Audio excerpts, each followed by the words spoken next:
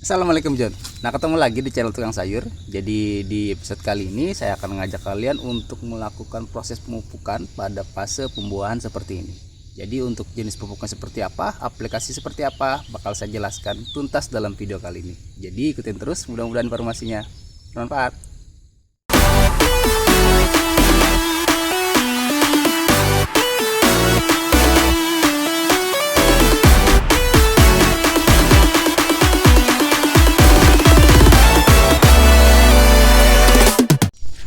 Nah, ini dia tanaman jambu air kita yang sudah kita lakukan pembungkusan seperti ini, John. Jadi buahnya sudah kita bungkus. Nah, di sini banyak teman-teman yang bertanya, apakah tanaman pada saat dia berbuah seperti ini itu wajib dipupuk atau tidak boleh dipupuk? Kebanyakan berkomentar, jangan dipupuk, nanti tanamannya atau buahnya bakal rontok. Nah, sebenarnya salah ya, John. Pada saat tanaman tabu lampot kalian sedang berbunga dan berbuah seperti ini, itu malah wajib dipupuk. Kenapa saya bilang itu wajib dipupuk? Karena unsur nutrisi yang ada di dalam tabu lampot ini pasti bakal berkurang, John. Kenapa saya bakal bilang berkurang? Karena dia sudah membuat buah sebanyak ini, tentu saja dia membutuhkan nutrisi yang banyak supaya dia bisa membesarkan buah dan memberikan rasa yang manis. Nah, sehingga kita harus memberikan unsur nutrisi yang tepat untuk dia bisa membuahkan atau membesarkan buahnya dan juga membuat rasanya menjadi manis, tentunya dengan melakukan pemberian pupuk. Nah, pemberian pupuknya sendiri ini bakal saya jelaskan. Untuk pertumbuhan generatif seperti ini itu berbeda dengan pertumbuhan vegetatifnya. Nah, kita anggap saja ini adalah manusia, John. Manusia pada saat dia mempunyai anak yang banyak, tentu dia harus memberikan makanan yang banyak juga untuk anak-anaknya yang banyak. Begitu juga dengan tanaman. Pada saat dia sudah berbuah dengan banyak, dia membutuhkan nutrisi yang banyak juga untuk si buah-buahnya ini bisa membesar dan memberikan rasa yang manis. Nah, seperti itu perbandingannya. Jadi semakin banyak buahnya, artinya semakin banyak juga nutrisi yang harus kita berikan.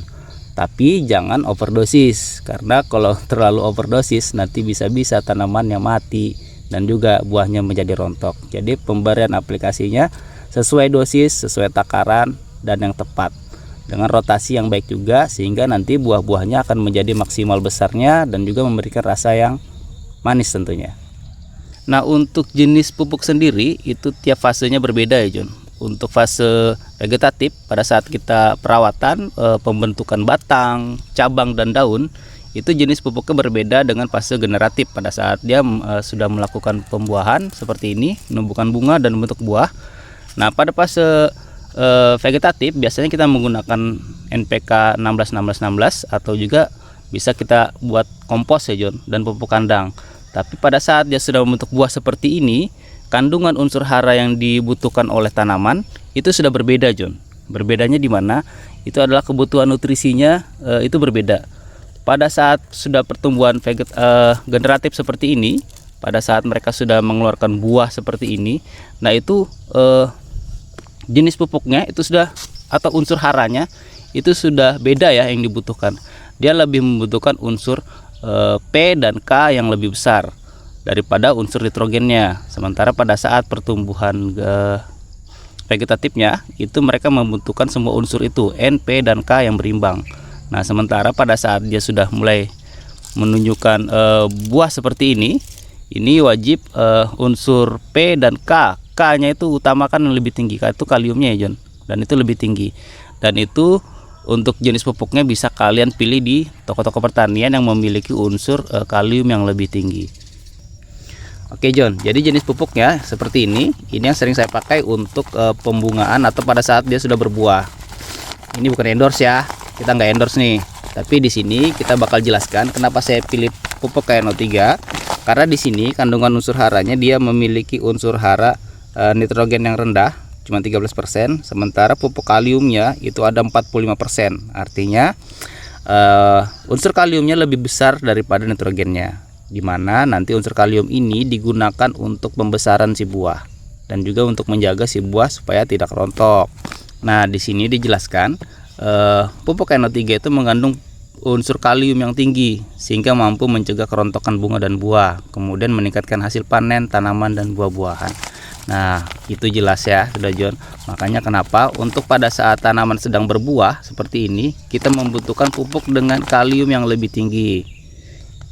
Jadi intinya tidak berpatok pada jenis pupuknya seperti ini atau merek dagang seperti ini. Ini merek dagang macam-macam ya John. Artinya pupuknya macam-macam mereknya. Yang penting adalah kandungannya. Kandungannya ya John. Diusahakan mempunyai kalium yang tinggi. Kalium yang tinggi. Karena memang untuk pembuahan seperti ini membutuhkan unsur kalium yang tinggi supaya nanti buahnya cepat besar, buahnya bagus dan juga tidak rontok. Nah, untuk dosis penggunaannya itu bisa dikocor dan juga bisa ditabur. Kalau saya lebih senang dikocor ya John, seperti itu. Nah, kemudian untuk jenis jambu air seperti ini juga tidak murni harus menggunakan pupuk kimia seperti tadi. Kalau saya memang lebih condong menggunakan kompos buah. Kompos buah itu seperti apa? Kompos buah itu adalah kompos atau pupuk dari hasil sisa-sisa buah-buahan ya John. Contoh kulit-kulit buah itu yang digunakan kita kompos. Nah, itu menjadi kompos pembuahan. Kenapa harus kulit-kulit buah atau cangkang telur? Karena dia juga mempunyai kandungan kalium yang tinggi ya John. Jadi untuk yang hasil pembuahan itu, kulit-kulit buah itu kalau dikompos juga bagus untuk pupuk pada saat fase pembuahan seperti ini. Dan itu juga membuat rasa buah itu bakal menjadi lebih manis daripada biasanya. Oke, jadi untuk menggunakan pupuk NO3, dosisnya itu bisa dikocor dengan konsentrasi 2-5 gram per liter air. Jadi bisa kita taburkan 2-5 gram. Kemudian kalau mau ditabur itu bisa menggunakan dosis 5-10 gram. Oke, jadi untuk sekarang saya akan menggunakan sistem kocor ya John. Ini bakal kita campurkan dengan air dulu. Oke, di sini saya sudah siapkan air seperti ini ya John. Jadi di tempat penyiraman seperti ini nggak penuh. Saya sisakan sekitar setengahnya. Itu sekitar 5 liter ya John, sekitar 5 liter. Nah, kemudian untuk pupuknya di sini saya menggunakan 1 sendok makan saja. Jangan berlebihan ya John. 1 sendok makan saja seperti ini. Kalau sudah, kemudian kita aduk. Pupuk NO3 putih ini sifatnya cepat larut ya John. Jadi ini nggak perlu lama. Jadi kemudian kalau dia sistem kocor itu bakal lebih cepat terserap oleh si akar tanamannya. Nah, dan juga untuk proses pemberian pupuknya ini rotasinya kita lakukan seminggu sekali sampai dengan si buah itu panen.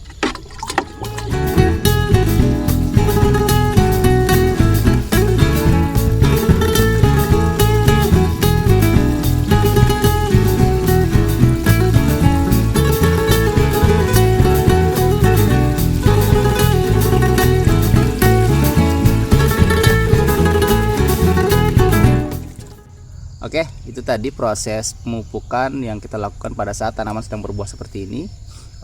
Jangan lupa tanaman kalian tetap dirawat, dipupuk dengan maksimal dan juga dirawat dengan sepenuh hati supaya tanamannya juga berbakti dengan sepenuh hati. Nah, jadi kita cukupkan dulu sampai di sini. Kita ketemu lagi di video-video selanjutnya, dan juga untuk teman-teman yang baru menemukan video ini jangan lupa subscribe dan like-nya. Mudah-mudahan ini bisa memberikan informasi yang bermanfaat untuk kita semua. Assalamualaikum warahmatullahi wabarakatuh.